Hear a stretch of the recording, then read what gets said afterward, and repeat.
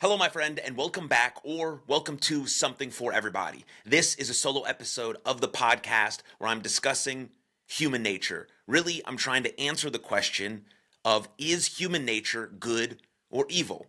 This is a question that has perplexed philosophers and psychologists throughout the ages. Are people essentially socially constructive and altruistic, or are they destructive and selfish? In this episode, I'm going to try and do my best to break this question down, but ultimately you will see and probably already know that human nature is complex and we all possess the capacity for good and evil. So there is no definitive or definite answer that we can turn to. There are competing theories and research findings. Some psychologists, like Sigmund Freud, pointed to the more destructive elements of human behavior. Others, like Carl Rogers, were more optimistic in their view. Rousseau argued that humans are born good and it is society that corrupts them. According to Rousseau, in their natural state, people are compassionate and cooperative, but institutions like private property and organized religion create inequality and conflict. In contrast, Thomas Hobbes believed that humans in their natural state are driven by self-interest, and without a higher power or government, society would be in constant state of chaos and violence, what he called the state of nature. For Hobbes, human nature was more inclined towards selfishness and conflict, hence requiring strong societal structures to sort of keep the order from going into chaos. Kant believed that humans are capable of both good and evil, but they have the potential to act morally if they choose to do so. His moral philosophy focused on reason and duty, suggesting that humans are neither inherently good nor evil, but can act in accordance with moral law.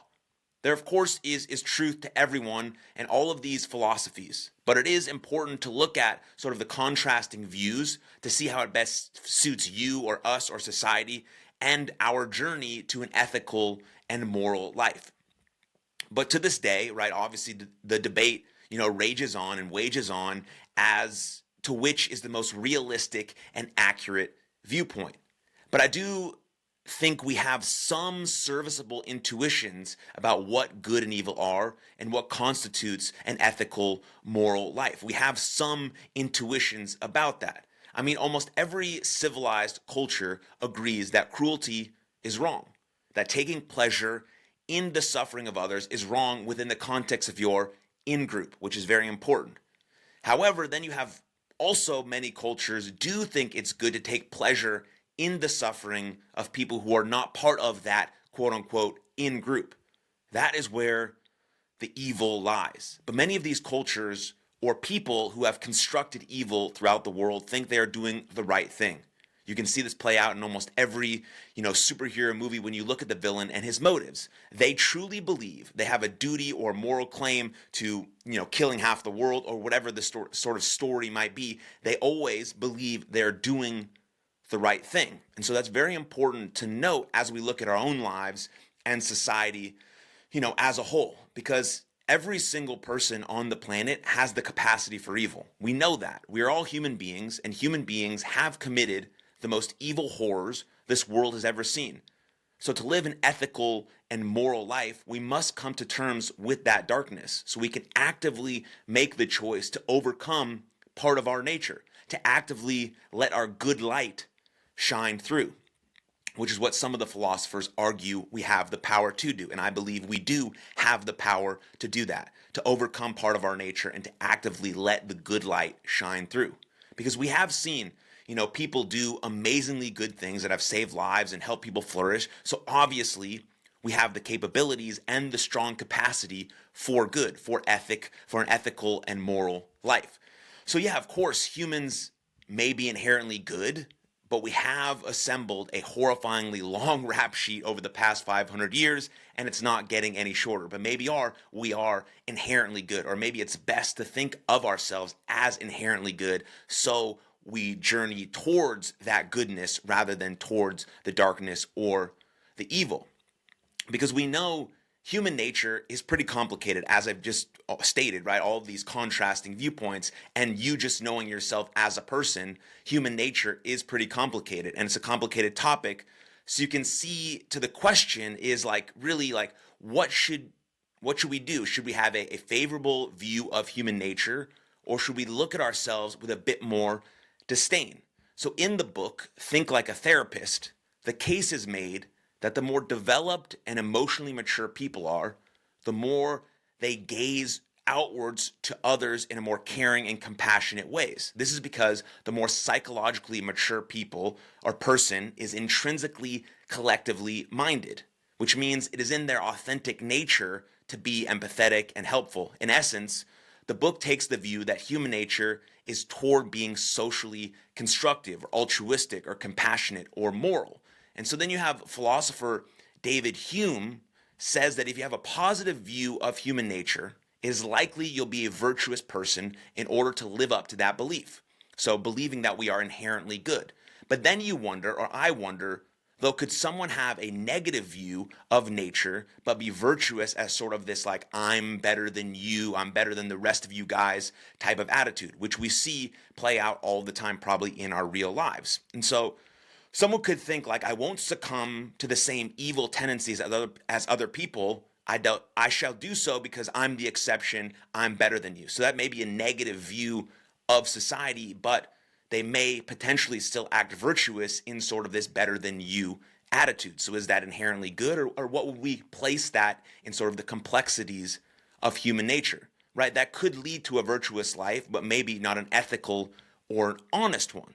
So what's the difference between all of those things? Also, this is sort of the basis for the virtue signaling we see all over social media, right? People claiming and announcing their unearned moral virtue to seem like a good person. But what are they doing in real life? How are they treating people day to day? Are they nice to the waitress? Are they nice to the person on the phone? These are the things that get construed via how popular, this unearned moral virtue is all over social media. So in reality, being a good person takes hard work. It takes conscious effort, which of course we're all capable of doing that, but it's not just simply spouting out our virtues or saying something compassionate. It's actually acting like that every single day and overcoming part of our nature that is maybe towards the evil or towards the darkness. We have to make that conscious effort to try and be the best we can possibly be towards living that ethical and moral life, not just on social and not just pretend, but an actual virtuous life. With conscious action and conscious effort to try and be, that best version of ourselves in greatest service to the world. That's what the virtue is for, to be serviceable to the world, to be a hero for two, not just for ourselves. And so Hume also addresses the claim that people do good deeds only to get this feeling of pleasure and goodness you get when you help out a friend or claim to do something good or post something good on social media, right? There's that dopamine hit. You feel good about that deed. So is it really a good deed? I would argue yes, because it's sort of like a chicken and the egg situation. It's believed that the good deed comes first, then comes the pleasure of actually doing the good deed. All actions are inherently selfish, right? But motive and intention are important. You may know that if you do this good deed, you're going to feel good afterwards, but you're still doing the good deed. You're still doing the virtuous action. And so this is contrasted with a view that the desire for pleasure comes first, and then that causes you to do the good deed. Well, ultimately, you're still doing the good deed.